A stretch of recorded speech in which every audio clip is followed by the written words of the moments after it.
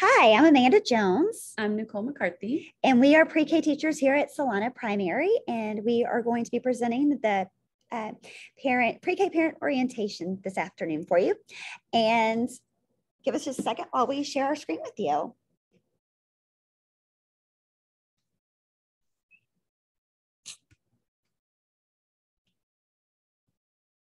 Oops, wrong screen. Why did it do that? Hold on, bear with us. There we go. All ready now? So this is our pre-K parent orientation for the 2022-2023 school year. Our goal today is to share important information with you about our school and campus procedures. So just a few introductions of some key people that you're going to want to be familiar with. It's Nancy Alvarez is our principal. Sarah Arrington is our assistant principal. Jeannie Juneau is our school counselor, and then our pre-K team is comprised of myself, Leisha Crowder, Nicole McCarthy, Amy Huckle, and Mayling Montero. So we have to talk about attendance. So our school day starts at 7:45. If your child gets here after that, they will be counted as tardy. And when your child is out of school due to an illness, place in a doctor's note with your child's name, the name of their teacher, the date and the reason for the absence upon the child's return.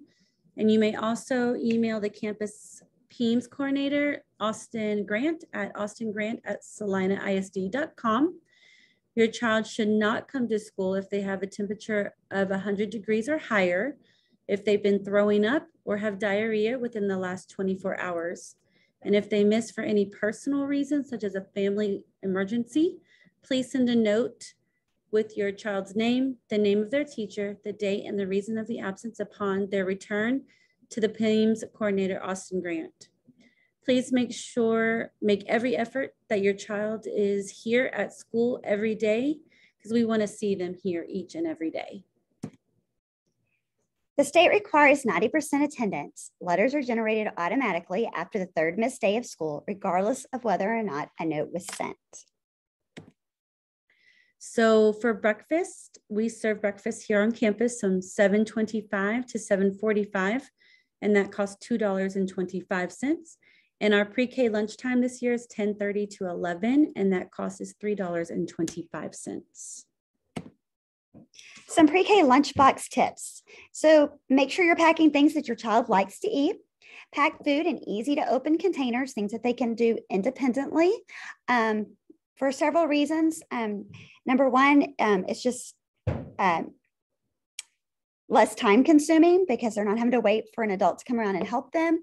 And it also cuts down on germ cross-contamination from teachers or adults in the room having to touch multiple children's things and then move to the next. So make sure that you unwrap, peel, and cut up when possible before you send it to school.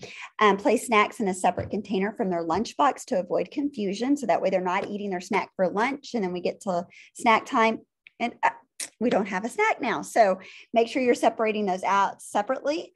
And then don't expect everything to be eaten in your child's lunch. So we do also have a snack time every day. So from 1:30 to 2 o'clock, right after rest time. We do ask that you bring a snack for your child every day.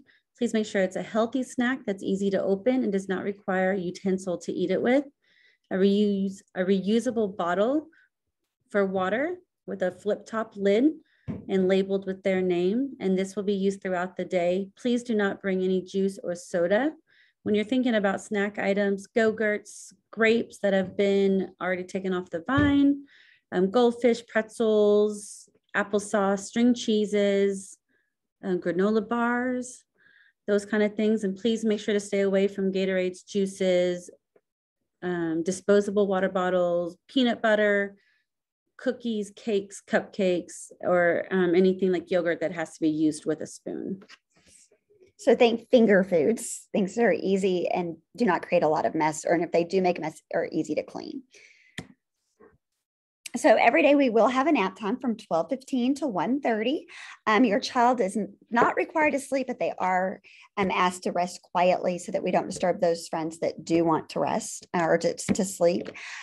Please send a towel with your child's name on it. This will be their blanket for the year. We will keep the towels at school and they will be washed weekly. I do know that some teachers prefer to send those home on Fridays. So you might want to just kind of check with your child's teacher to see what they want to do with those.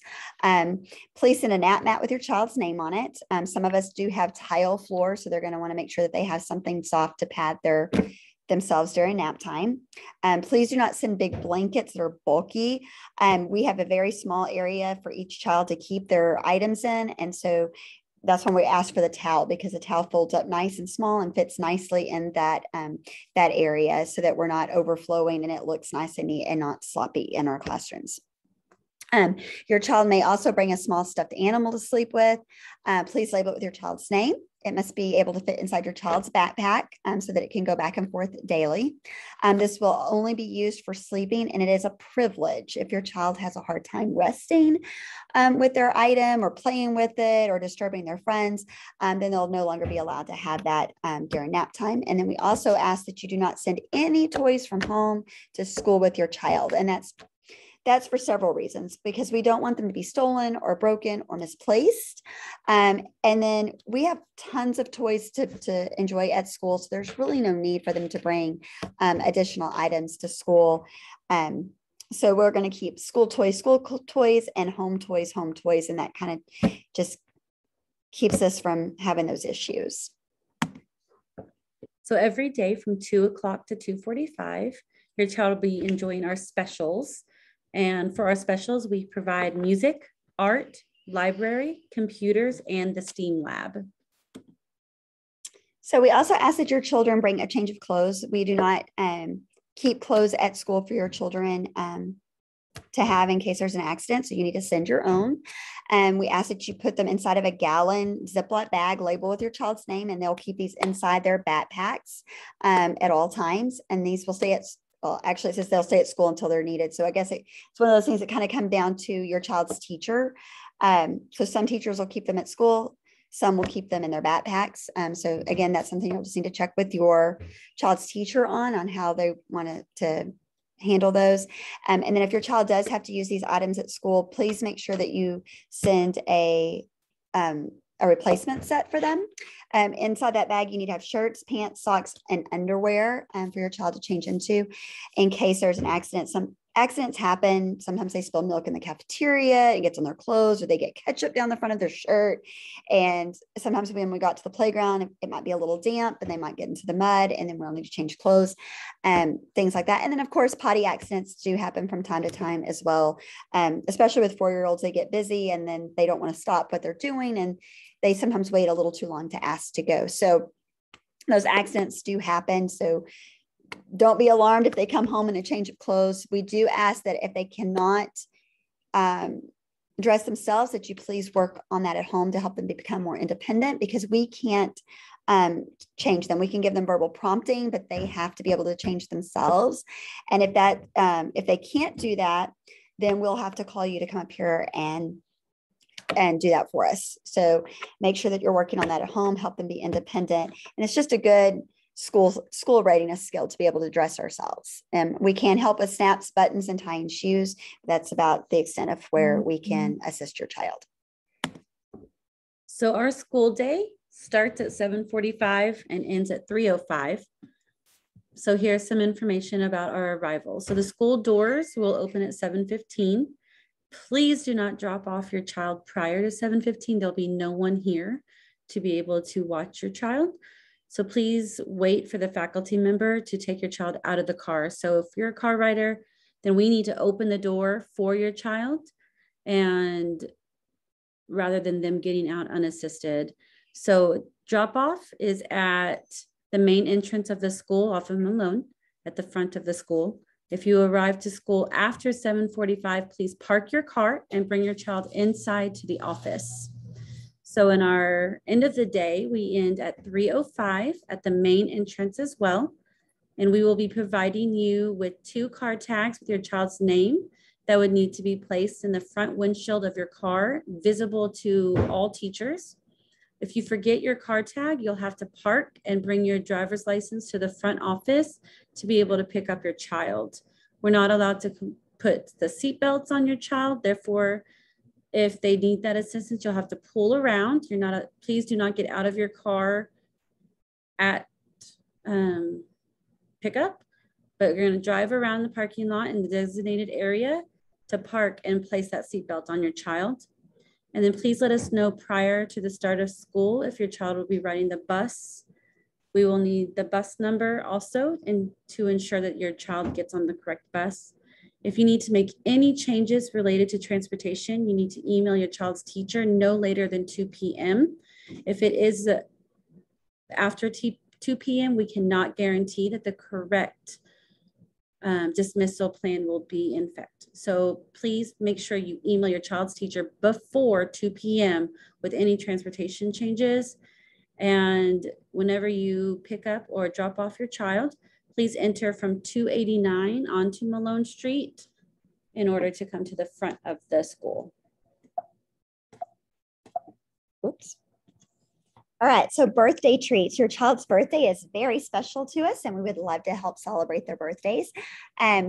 If you want to do that or send a treat, that's great. They must be store-bought and labeled nut-free. Please send them to school with your child unless your child rides the bus. And then in that case, if you can just drop them off prior to 10 a.m. So that we can pick those up from the office and have them in the room ready to go when we're ready to do that. And then please notify your child's teacher prior to sending the birthday treats, just so that we can make sure, number one, that we know that they're coming, but also because sometimes we do provide special treat days in our classroom, and we want to make sure that we're not having those on the same day. So again, we want to celebrate your child. So we do ask for great communication throughout the year. So, and here's some ways that we plan to help with that. So we'll send home a daily folder. Some of us will have the yellow folders. They might be different colors. Just keep a lookout in your child's backpack. This folder would come home daily. Please check it for important messages from your teacher. You may also use this folder to send messages to your teacher, such as changes in transportation, absent notes, money, etc., things that we just need to know about. And the folder will have one pocket that's labeled keep at home and one pocket labeled return to school. If there is any time that you need to send money to school for breakfast, lunch, fundraising, pictures, lost books, please place it in an envelope or Ziploc bag and label it with your child's name and what it's for. Place it in the pocket of that folder labeled return to school. Please do not send loose money. And then every week on Thursday, Celina ISD will provide us with a Thursday take-home folder where important campus and district communication will be sent home. Make sure you check your folder every Thursday and return that folder to school on Friday. And then there's a free app that we have, Blooms.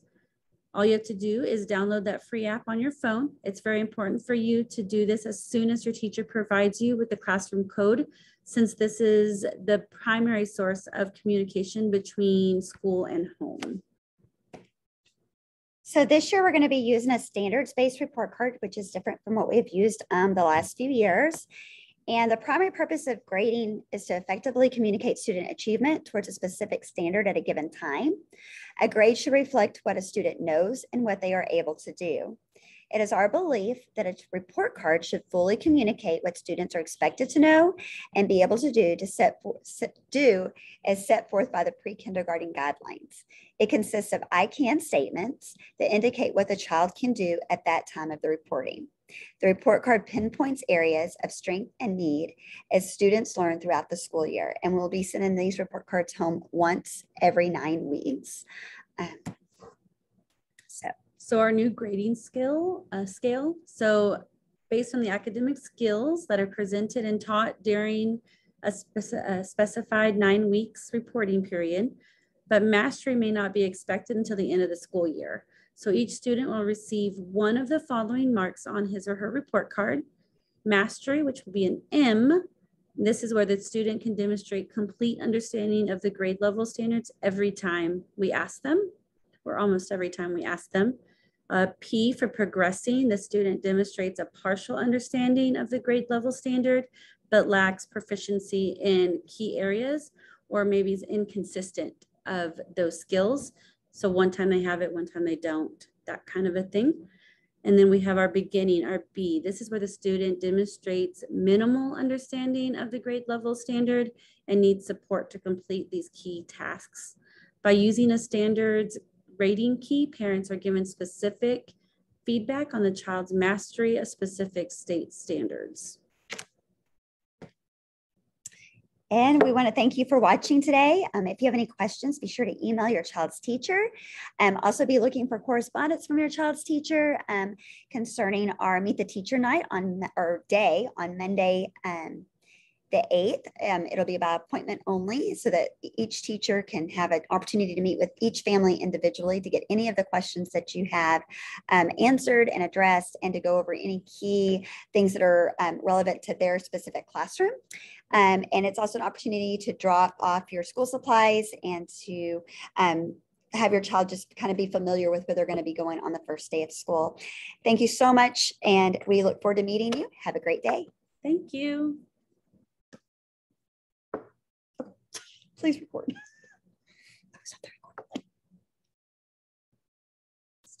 This is recording. No. Stop.